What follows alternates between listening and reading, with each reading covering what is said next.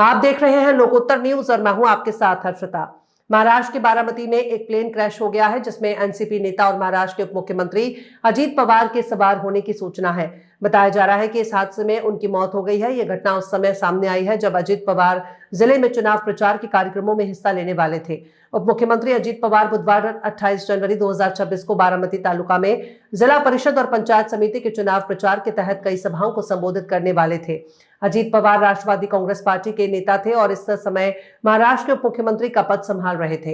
NCP के अध्यक्ष शरद पवार के भतीजे थे। पिछले साल अजीत पवार अपने चाचा शरद पवार से अलग होकर भाजपा शिवसेना गठबंधन सरकार में शामिल हुए थे, जिसके बाद उन्हें डिप्टी सीएम बनाया गया था। महाराष्ट्र के उप मुख्यमंत्री और जमीन से जुड़े हुए जननेता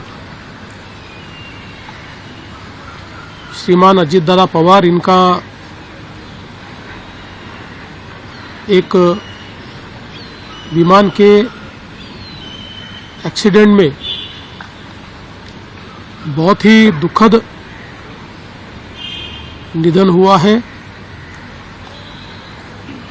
इसकी वार्ता आने के बाद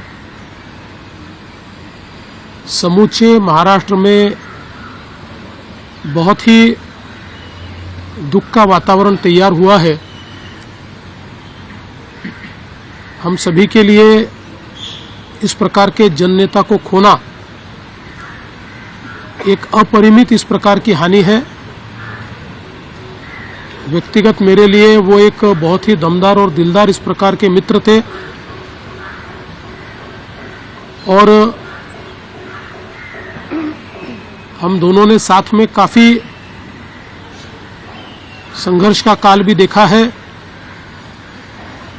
और अब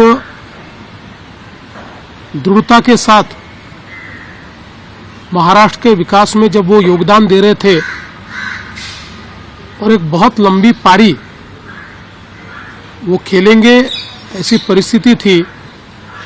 ऐसे समय उनका निकल जाना, मैं ऐसा मानता हूं कि इसके लिए हमारे पास कोई शब्द भी नहीं है और उनके परिवार पर और उनका जो बृहद परिवार है राष्ट्रवादी कांग्रेस पार्टी, उसके पदाधिकारी कार्यकर्ताओं पर ये जो दुख आया है,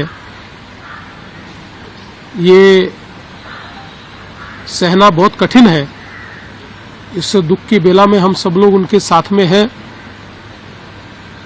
अभी जो उनका परिवार है वो जब बारामती पहुंचेगा, उसके बाद उनसे चर्चा करके आगे की सारी चीज़ें ज्ञात की जाएगी।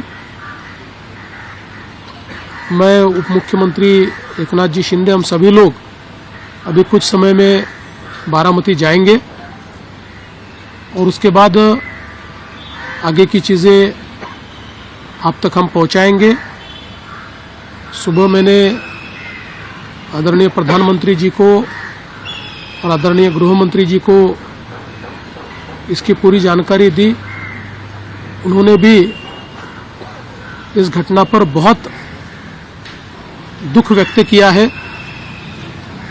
सभी लोग एक प्रकार से शॉक में हैं और अब आगे की जो भी कार्रवाई है वो जैसे तय होगी वैसे आप लोगों को बताया जाएगा।